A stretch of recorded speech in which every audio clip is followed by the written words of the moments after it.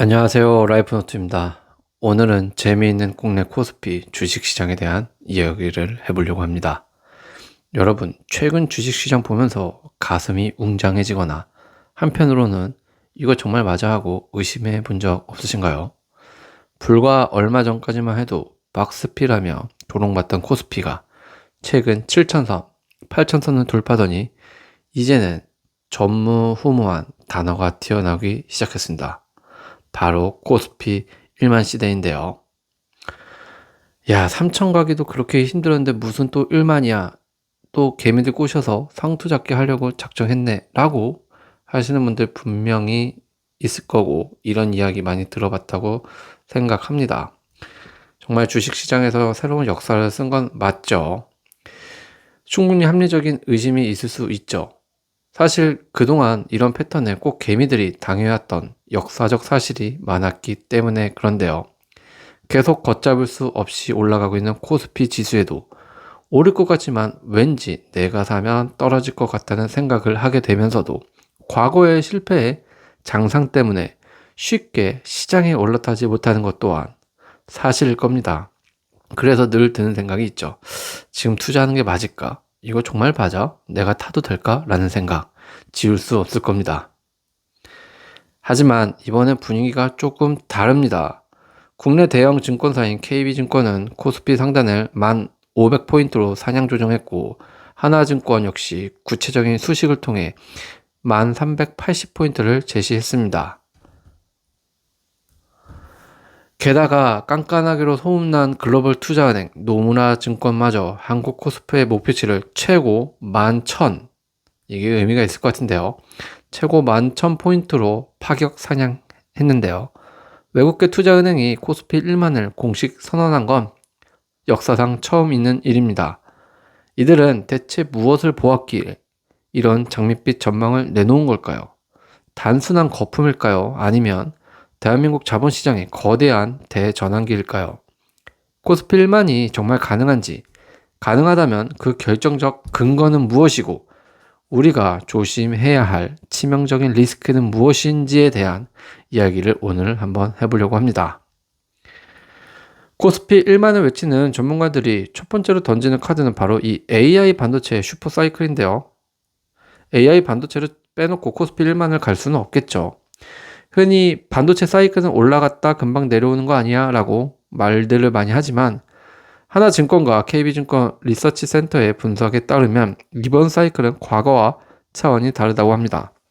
지금 세계는 클라우드 서버 중심의 AI를 넘어 내 기기 안에서 스스로 생각하는 온 디바이스 AI와 그리고 로봇과 자율주행으로 연결되는 피지컬 AI 시대로 진입하고 있습니다. 이 시대의 핵심이 뭘까요? 바로 끊임없는 실시간 연산, 즉 엄청난 용량과 속도의 메모리 반도체입니다. 모르시는 분들을 위해 이 온 디바이스 AI와 피지컬 AI에 대해서 짧게 설명을 드리자면, 먼저 온 디바이스 AI는 AI가 인터넷 서버가 아니라 스마트폰, 노트북, 자동차 같은 기기 안에서 직접 작동하는 기술을 얘기하는 겁니다. 예를 들면 핸드폰의 실시간 통역, 사진 자동 편집, 음성 비서 등 이런 게 대표적이죠. 그럼 피지컬 AI는 무엇이냐?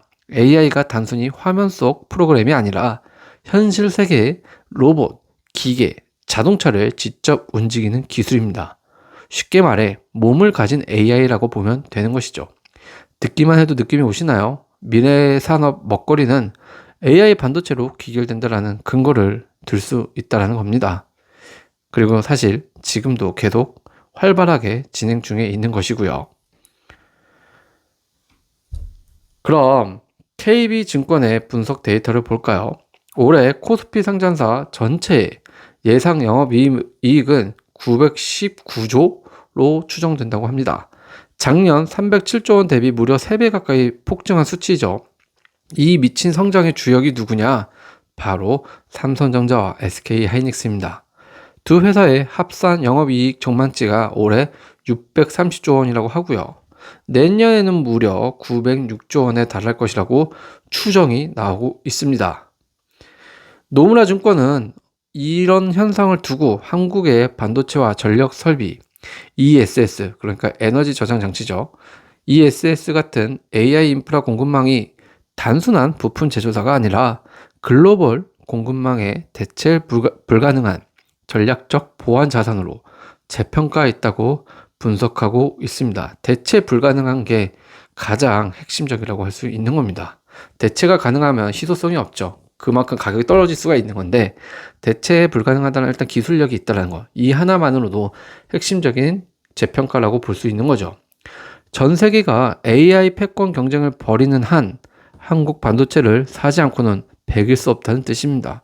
실제로 노무라는 SK 하이닉스 목표가를 400만원, 삼성전자를 59만원이라는 파격적인 숫자로 제시하기도 했습니다. 두 번째 근거로 들 수 있는 건 뭐냐면 바로 이 기업들의 밸류업 마법일 텐데요. 이게 무슨 말이냐? 주식시장의 체질 변화, 즉 기업의 밸류업 프로그램의 대성공입니다. 그동안 한국 증시는 돈은 잘 버는데 주가는 안 오르는 좀 억울한 면이 있었습니다.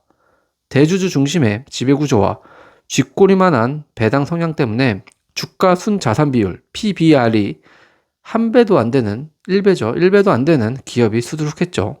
그런데 한국거래소의 기업 가치 제고 프로그램 결산 보고서를 보면 놀라운 변화가 확인됩니다.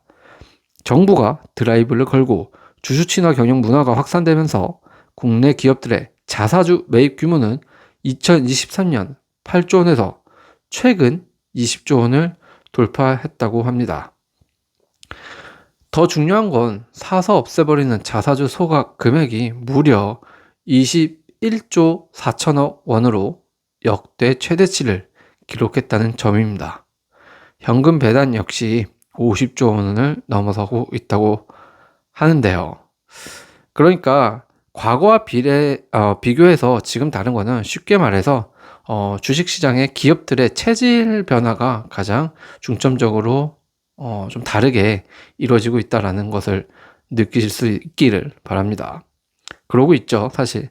예전엔 진짜 너무 억울한 게 많았어요. 너무 매출도 좋은데 주식 하나, 주가 하나 꿈틀대지 않는 그런 기업들도 많았는데, 이젠 앞으로는 이런 시장의 기업들의 체질이 변화된다, 이렇게 생각할 수 있을 것 같습니다.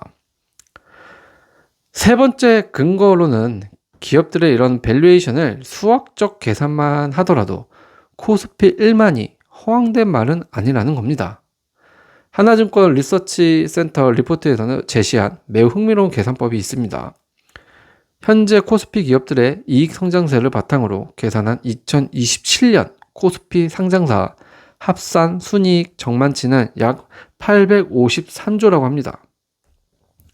여기에 2010년 이후 코스피가 받아온 역사적 평균 주가 수익 비율 PER인 9.96배를 그냥 그대로 곱해보면 주가 릴레이팅, 그러니까 한국 시장이 더 매력적으로 변해서 평가 점수를 더 달라고 떼쓰지 않고 딱 과거 평균치만 적용했을 때 이야기인데요.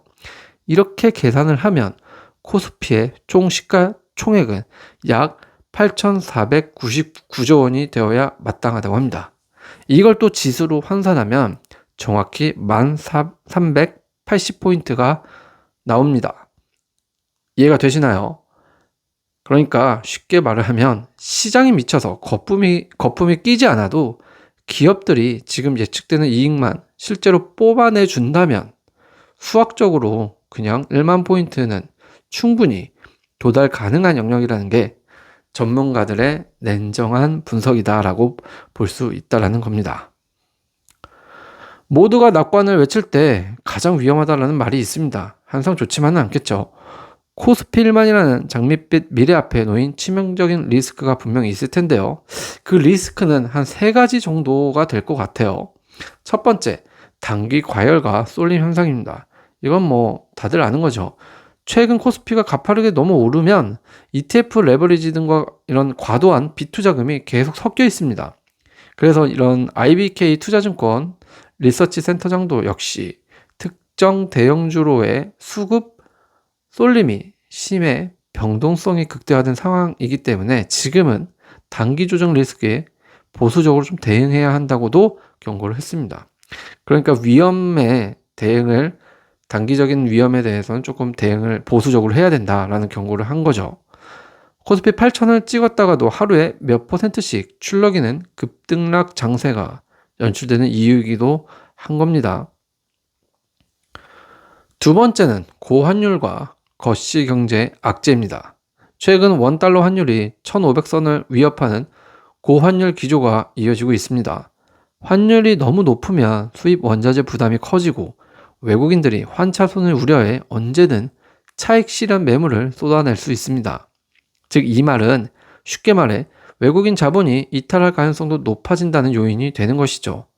그래서 코스피 시장에서 환율 위험은 세계 정세 변화로 인해 미치는 영향이기 때문에 단순히 환율이 얼마다라고 볼 것이 아니라 정말 세심하게 면밀하게 이웃 국가들의 행동을 유심히 지켜볼 필요가 있다는 점을 잊지 말아야 합니다. 지금 뭐 전쟁도 있고요. 지금 가장 큰 이슈거리가 이제 또 해협 관련해서 이슈도 있죠. 그러니까 이런 것들이 모두 환율 그리고 거시경제의 악재가 되기도 한다라는 거, 영향을 미칠 수 있다라는 점을.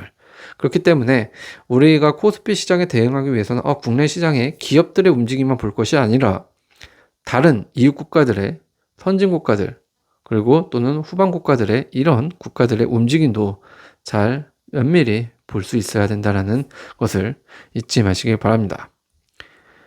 세 번째로는 글로벌 경기 침체와 공급망 전쟁이라고 볼 수 있는데요. 한국은 수출 주도형 국가입니다. 이 말은 수출에 의존되어 있는 국가이고 수출로 먹고 사는 국가라는 말입니다. 만약 미국이나 영국의 경기 둔화 우려가 현실화되거나 중동발 지정학적 리스크로 공급망이 마비된다면 반도체 슈퍼사이클 자체가 예상보다 빠르게 꺾일 리스크가 존재한다는 거죠. 사이클이 무너지면 앞서 계산한 이익 전망치도 도미노처럼 무너질 수 있는 겁니다. 그러니까 분명 코스피 1만 시대가 계산대로 이대로만 가면 문제없이 갈 수 있는 것들이 이와 같은 리스크가 결정적으로 크게 작용하면 이 또한 큰 변수가 될 수 있다는 거죠. 하지만 주식시장에서 경기 침체가 안 올 수는 없죠.